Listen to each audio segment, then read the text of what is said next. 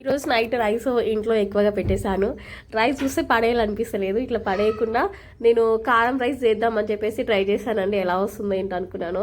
పర్లేదండి, చాలా బాగా వచ్చింది. నేను యూట్యూబ్లో చూశాను రైస్ పడేయకుండా కారం రైస్ ఎలా చేస్తారని చెప్పి చూస్తే వచ్చింది. పర్లేదు, బాగానే వచ్చింది. నాకైతే నచ్చింది. ఫస్ట్ అయితే ఆయిల్ వేసుకొని కొద్దిగా జీలకర్ర ఆవాలు, మీ దగ్గర ఉంటే కొంచెం శనగపప్పు మినపప్పు కూడా వేసుకోండి. కొన్ని పల్లి కూడా యాడ్ చేసుకోండి.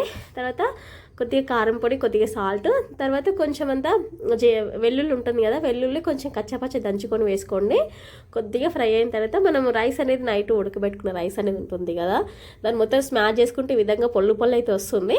నెక్స్ట్ ఇక్కడ మనం ఫ్రై చేసుకున్న దానిలో రైస్ వేసేసుకొని మొత్తం కలుపుకోవడం అండి. చాలా అంటే చాలా బాగుంది. నేను ఎలా వస్తుందో అనుకున్నాను. పర్లేదు, చాలా బాగా వచ్చింది.